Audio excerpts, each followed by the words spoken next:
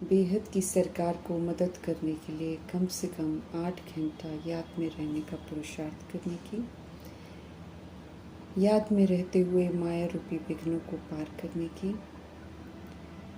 इस पुरुषोत्तम संगम युग पर ईश्वरीय संप्रदाय का बन ईश्वर की मत पर चलने की, कर्म करते भी एक बाप की याद में रहने का अभ्यास करने की, सदा जागती ज्योत परमपिता परमात्मा की हम आत्माओं के लिए आज की मुरली से शिक्षा।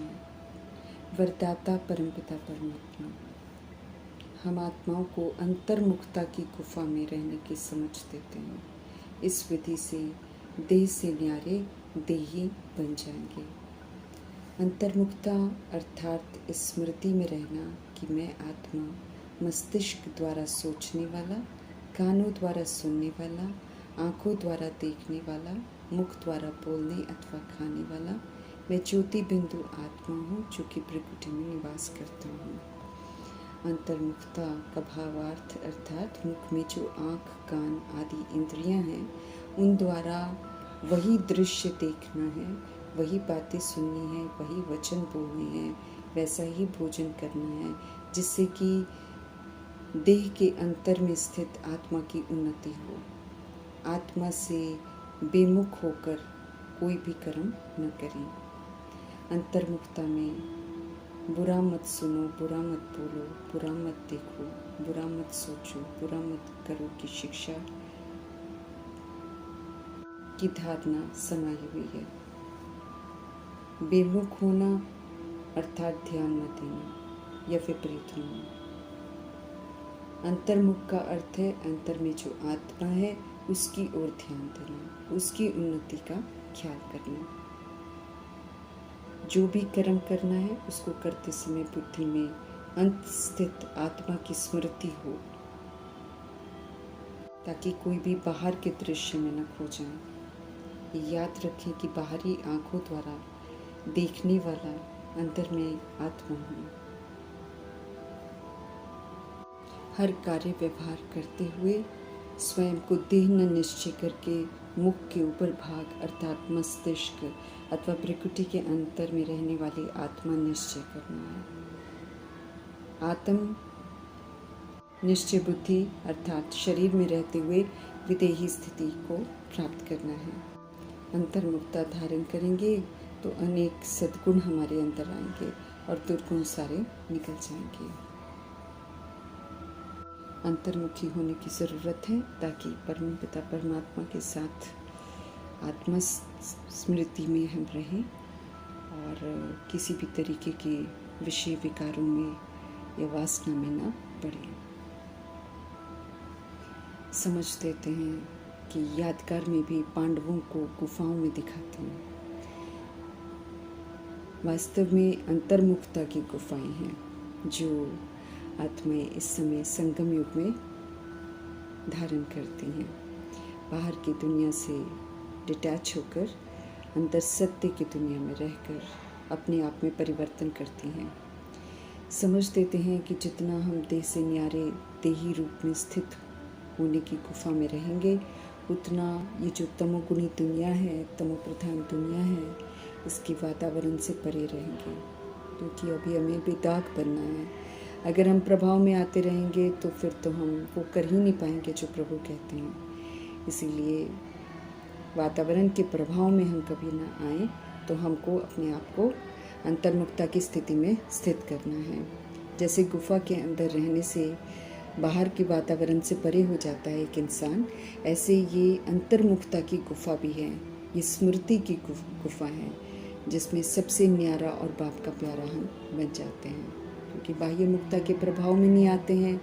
इसलिए बाह्य मुक्ता की कमी कमज़ोरियों का प्रभाव हम पर नहीं पड़ता है। अंतर्मुखी रहकर हम फिर बाप की श्रीमत पर चलकर बाप का प्यारा बनते हैं, और जो बाप का प्यारा है वो स्वतः ही सबसे न्यारा हो जाता है, क्योंकि श्रीमत पर चलता है, डिटैच रहता है, सत्य की स्थिति में रहता है, आत्मिक स्थिति में रहता है। तो देह के भान का जो विस्तार है, देह अभिमान के जो बंधन है, उससे बिल्कुल डिटैच हो जाता है, स्वतः ही डिटैच हो जाता है। इसीलिए अंतर्मुखता की गुफा में रहने का अभ्यास करना है। अंतर्मुखता में रहने से ही एक परमात्मा के अंत में हम टिक सकते हैं, माया के चमत्कार से बच सकते हैं, फिर ये मर्यादाओं के अनुसार चल सकते हैं। अंतर्मुखता में रहने के लिए ज्ञान का नेत्र सदा खुला रहे। अनमोल युक्ति परमपिता यही बताते हैं कि चलते फिरते उठते बैठते हर एक कर्म करते हुए अपने को भ्रिकुटी में रहने वाली एक ज्योति बिंदु आत्मा अथवा एक चेतन स्टार समझना है और अन्य शरीरधारियों को भी देखते हुए उनकी भ्रिकुटी में जो ज्योति बिंदु आत्मा है उसे देखना है। और आत्मा आत्मा आपस में भाई भाई हैं, एक ही निराकाशीय पिता परमात्मा की संतान है। इस संबंध में टिक कर फिर उनसे व्यवहार करना है। अब इस दृष्टि वृत्ति स्मृति और स्थिति से व्यवहार करेंगे तो फिर निर्णय शक्ति भी हमारी ठीक काम करेगी और इस संसार में रहते हुए बाहर देखते हुए सुनते हुए भी आत्मा के भाव में अर्थात संसार से न्यारे होकर रहेंगे। बाह्य मुक्ता का भाव फिर हमें नहीं आएगा। विधि पूर्वक वरदान को फलीभूत करना है। साधना समझ देते हैं बाबा की वो बीज है और साधन उसका विस्तार है, क्योंकि जब साधना करते हैं तो साधन की उपलब्धि होती है, लेकिन विस्तार में जाते हुए साधनों में जाते हुए कहीं ऐसा ना हो कि हम साधना को भूल जाएं। साधना छिपनी नहीं चाहिए, साधना मुख्य है। हमें आत्मिक स्थिति में स्थित रहने का अभ्यास करना है, अंतर्मुखी बनना है। समझ देते हैं बाबा की अंतर्मुखी की निशानी है सदा सागर के तले में खोए हुए रहना, गंभीर मूर्त रहना। बचपना सारा खत्म हो जाता है, चेहरे द्वारा फिर आत्मिक स्थिति के चिन्ह दिखाई देंगे। जब हम इस विधि से अंतर्मुखी रहेंगे तो वो दिखाई भी देगा। एक और हमारा मनन चिंतन चलता रहेगा और फिर रमणीक अथवा अर्थात मुस्कुराता हुआ चेहरा भी होगा। दोनों ही लक्षण फिर सूरत से प्रत्यक्ष होंगे। इस विधि से हम चेक कर सकते हैं कि हम अंतर्मुखी हैं या नहीं।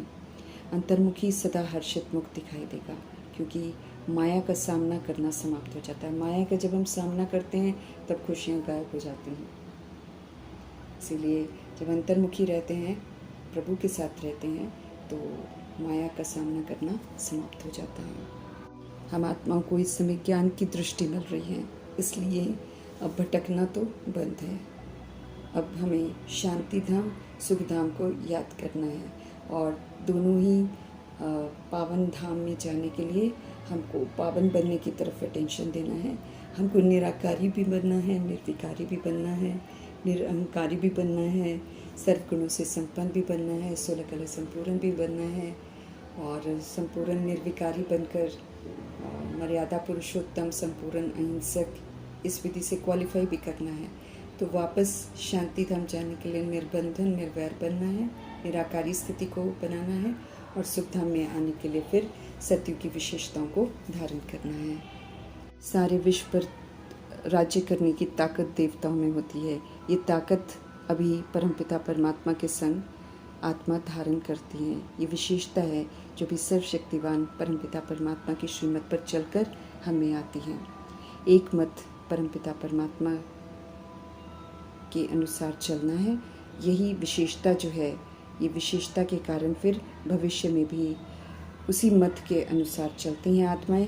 इसलिए किसी भी तरीके के उनको सपोर्ट की ज़रूरत नहीं है, कोई आधार लेने की ज़रूरत नहीं है, कोई वज़ीर की ज़रूरत नहीं है। देवताओं ने संगम पर बाप से ऐसी श्रीमत ली है, उस पर ऐसा स्टैंप लगवाया है जो 21 जन्म वो राज्य करते हैं।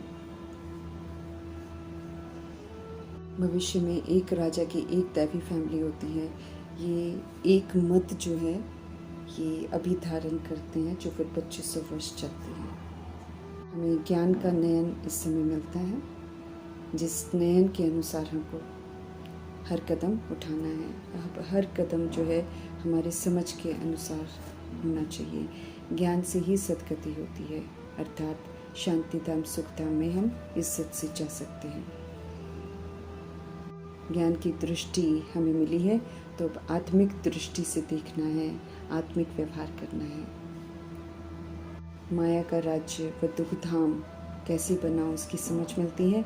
अब वो गलतियां नहीं करनी है, अब उसे बदल कर सुखधाम स्थापन कर रहे हैं परमपिता परमात्मा। तो उनकी श्रीमत पर चलकर सुखधाम में चलने की तैयारी करनी है। समझ से हम नयनहीन थे, अभी समझ कर नयन देते हैं, तो फिर यथार्थ रीति सब कुछ दिखाई देता है। परमपिता परमात्मा भटकन से भी छुड़ाते हैं और मुक्ति, जीवन मुक्ति की राह भी दिखाते हैं। अब हमारा भटकना बंद हो गया है। रूहानी बाप को यथार्थ जानना है और उनकी जो पहचान है वो सभी आत्माओं को देनी है। पुरानी दुनिया अब बदलनी है, इसलिए परमपिता परमात्मा ड्रामा में प्रवेश करते हैं, क्योंकि उनके बिना ये बदल नहीं सकती है। मनुष्य से देवता कोई बन नहीं सकता है, सारी सृष्टि के राज को कोई जान नहीं सकता है जब तक परमपिता परमात्मा ना हम आत्माओं को आकर बताए। पुनः आदि सनातन देवी देवता धर्म की स्थापना हो रही है, तो यहाँ की विशेषताओं को धारण करके इस धर्म की स्थापना करने में मददगार बनना। हम आत्माओं के लिए पुरुषोत्तम संगम युग है, लेकिन हमें चेक करना है कि जो जो बाप को याद करते हैं, बाप की श्रीमत पर चलते हैं, वो संगम युग पर हैं। परमपिता परमात्मा स्पष्ट कर रहे हैं कि अगर हम बाबा की यादों में रहते हैं, अगर हम उनकी श्रीमत पर चलते हैं, तभी हम संगम युग में हैं। अगर हम नहीं चलते हैं तो फिर तो हम कलयुग में हैं। फिर हमारी जिम्मेवारी बाबा नहीं लेंगे। बाबा हमारी जिम्मेवारी तभी लेंगे जब हम उनकी श्रीमत पर चलते हैं। बाकी सारे हम फिर अगर नहीं मानते हैं तो फिर कलयुग में हैं। इस कलयुग में कोई सुपरैनिटी नहीं है, कोई किंगडम नहीं है। अनेक मतों से राज्य चलता है और अनेक मत जो है वो पराई मत है और उसमें कोई सच्चाई नहीं है, इसलिए अब उन मतों पर नहीं चलना है। जब आत्मा पतित बनती है तब उसकी बुद्धि कमज़ोर हो जाती है और उसको वज़ीर की ज़रूरत पड़ती है, क्योंकि ताकत नहीं रहती है ना। अभी हमको ताकत धारण करनी है परमपिता परमात्मा की श्रीमत पर चलकर। 21 जन्मों के लिए इंडिपेंडेंट राजाई स्थापन हो रही है। वैसे ही राजाई में जाने के लिए ताकत तो पूरी चाहिए। हमें ये याद रखना है, अभी हमारा है ईश्वरीय परिवार। अपने को आत्मा समझ बाप की याद में अगर हम रहते हैं तो हम ईश्वरीय परिवार के हैं। स्पष्ट करते जा रहे हैं प्रभु, ताकि हम किसी गलत फहमी में न रह जाएं। अगर हम अपने को आत्मा समझ बाप को याद करते हैं तो हम ईश्वरीय परिवार के हैं। अगर हम देह अभिमान में आकर भूल जाते हैं तो फिर हम आसुरी परिवार के कहलाएंगे। इसीलिए देह अभिमान से बचकर रहना है। बाबा देखते हैं कि हम 1 सेकंड में ईश्वरीय संप्रदाय के बनते हैं, फिर 1 सेकंड में आसुरी संप्रदाय के बन जाते हैं। तो अपने को आत्मा समझ बाप को याद करना सहज हो जाना चाहिए, इसे मुश्किल नहीं बनाना है। बाप का फरमान है अपने को आत्मा समझो और बाप को याद करो तो विकर्म विनाश होंगे। देह द्वारा हमें कर्म तो करना है, क्योंकि देह के बिगड़ तो हम कर्म कर नहीं सकते हैं, परंतु सब कुछ करते हुए बाबा की याद में रहना है, ताकि हम में देह अभिमान ना आए और हम असुर न बन जाएं। हर समय याद में रहने की मेहनत करनी है।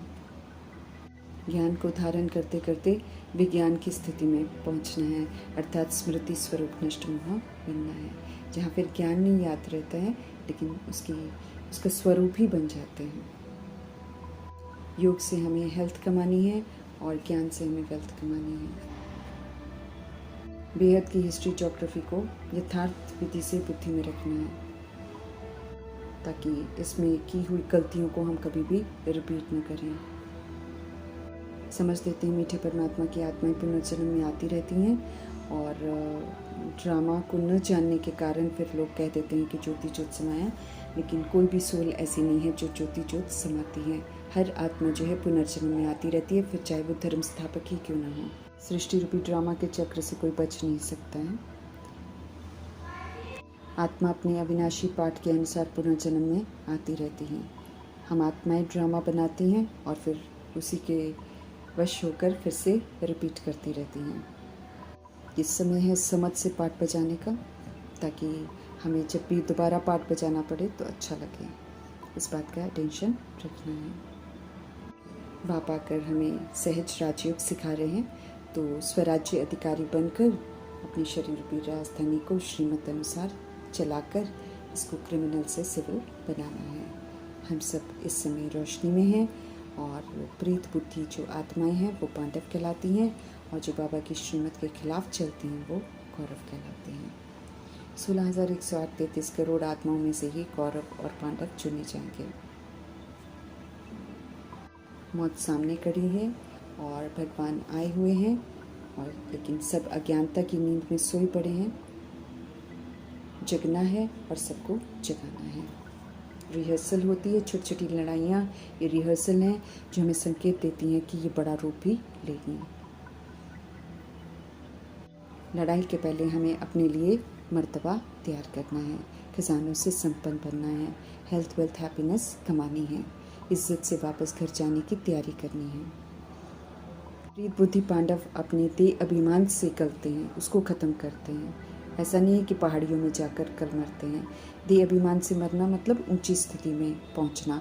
ऊंची स्थिति को पहाड़ों की तरह, पहाड़ों के रूप में दर्शा देते हैं। और गलना मीन्स देह अभिमान को ख़त्म करना। सत्य परमपिता परमात्मा ने हमको अडॉप्ट किया है, तो उनकी अडॉप्शन की पूरी इज्जत रखनी है और उनकी श्रीमत पर चलना है, ईश्वरीय संप्रदाय का बनकर रहना है।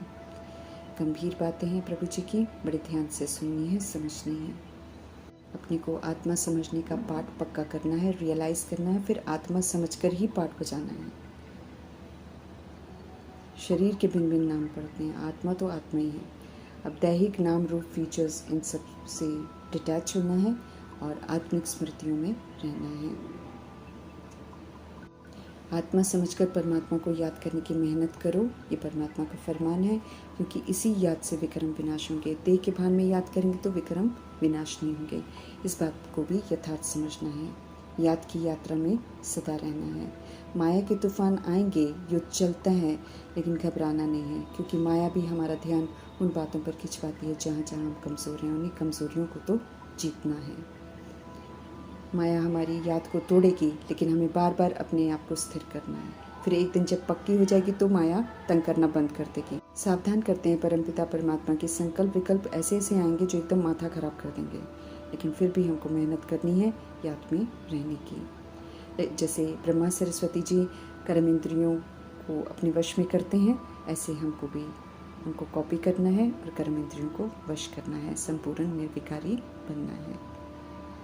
उन्होंने भी परमपिता परमात्मा से ही शिक्षा प्राप्त की है और उनकी श्रीमत पर चलकर अपने आप को ऐसा बनाया है।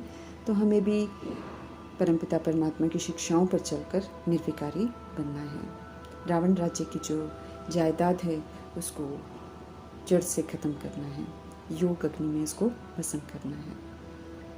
रावण क्या चीज़ है वो अब हमको समझ में आता है। ये कमज़ोरियाँ हैं देह अभिमान की जो हमारे मन बुद्धि में समा जाती हैं, फिर हम उसके वशीभूत होकर कर्म करते हैं। अब हमको रावण पर जीत पहननी है, उसको यूज़ ही नहीं करना है। जब बहुत काल तक यूज़ नहीं करेंगे तो अपने आप वो मर्ज हो जाएगा। बदले में हमें श्रीमत पर चलते रहना है, दैवी गुणों को धारण करना है, सत्यता और दिव्यता की सभ्यता को धारण करना है। हमें स्वर्गवासी बनने के लिए पुरुषार्थ करना है, तमो प्रधानता को ख़त्म करना है। अब तमो प्रधान कनिष्ठ पुरुषों के संग में नहीं रहना है। एक बात पक्की करने की बार बार समझते रहें कि अपने को आत्मा समझ, बाप को याद करो। इसमें मेहनत लगती है, इसलिए इसे हल्का नहीं लेना है। उनका फरमान है कि कम से कम 8 घंटे याद में रहने का पुरुषार्थ करो, अर्थात कभी प्रभु चिंतन, कभी ज्ञान चिंतन, कभी स्वचिंतन, कभी शुभ चिंतन। जो जो बाबा कहते वो करते चलो तो याद की यात्रा ही रहेगी। ये अवस्था हमको पक्की करनी है। ये 8 घंटा याद करने की आदत हम डालेंगे तो फिर कोई की भी याद हमको नहीं आएगी। हमें बाप की याद में ही शरीर छोड़ना है, विजयमाला का दाना बनना है, पूजनीय बनना है, 108 की माला में आने का पुरुषार्थ करना है। राजयोगी बनकर ही हम विजयमाला में आ सकते हैं। रुद्रमाला में आकर फिर रुंडमाला में आना है। परमात्मा की श्रीमत पर चलकर विशेषताओं को धारण करना है, तब विष्णुपुरी में आएंगे। विष्णु की माला में आने के लिए प्रजापिता ब्रह्मा को फॉलो करना है। शिव बाबा के गले का हार बनकर विष्णु के गले का मन का बनना है। सूर्यवंशी घराने में जाने का पुरुषार्थ परमपिता परमात्मा करा रहे हैं। तो मोस्ट वैल्यूबल शिव पिता परमात्मा की श्रीमत पर ही चलना है। जो श्रीमत पर पूरा चलते हैं वो सूर्यवंशी घराने में जाते हैं। आत्मा छोटी बिंदी है, इस बात को रियलाइज़ करना है। इसलिए अब हमें विस्तार को ख़त्म करके सूक्ष्म में स्थित होना है। जितनी जितनी सूक्ष्म है उतनी शक्तिशाली है, और जितना विस्तार में जाती है उतना अपनी शक्तियों को खोती है। अभी रियलाइज़ करके फिर से हमको शक्तिशाली बनना है। सच्चा ब्राह्मण बन, फरिश्ता बन, देवता बनना है। प्रारब्ध हमको अभी बनानी है, पुरुषार्थ उत्तम करना है, फिर प्रारब्ध नई दुनिया में मिलेगी। संगम युग पढ़ाई का समय है, इसे भरपूर पढ़कर अमल में लाना है। पुरुषोत्तम संगम युग है, पुरुषोत्तम बनने की विधियाँ परमपिता परमात्मा अभी हमको सिखा रहे हैं। मनुष्य से देवता तो संगम पर ही बनते हैं। मीठे मीठे परमात्मा सारे राज इस समय हमको समझाते हैं, तो सारा दिन इस याद में रहना है हमको। डिफ़िकल्ट ज़रूर है, लेकिन उसके लिए बाबा कहते हैं चार्ट रखो। चार्ट रखने से ध्यान रहेगा कि कहाँ तक हम याद करते हैं। देह का अभिमान तो नहीं रहता, उसको भी चेक करना, क्योंकि जब देह का अभिमान है तो फिर हम परमात्मा को याद नहीं कर सकते हैं। पापों का बोझा हमारे सिर पर बहुत है, इसलिए याद में रहकर उसे भस्म करना है। घड़ी घड़ी जो भूलने की आदत है, इसको ख़त्म करना है। अल्फ को याद करते रहेंगे तो सारी बातें याद रहेंगी। ईश्वरीय रस्म रिवाज दुनिया से बिल्कुल न्यारी है, प्यारी है, इसलिए इस रस्म रिवाज पर चलना है। इसमें कहीं धोखा नहीं है, इसमें कहीं झूठ के कर्मकांड नहीं है। सच्चाई ही सच्चाई है, जिससे आत्मा की उन्नति होती है। तन मन धन भारत की सेवा में खर्च करके हमें रूहानी रॉयल्टी कमानी है। हम आत्माओं को रॉयल बनाने वाले परमपिता परमात्मा जी का तहे दिल से धन्यवाद करेंगे। धन्यवाद कर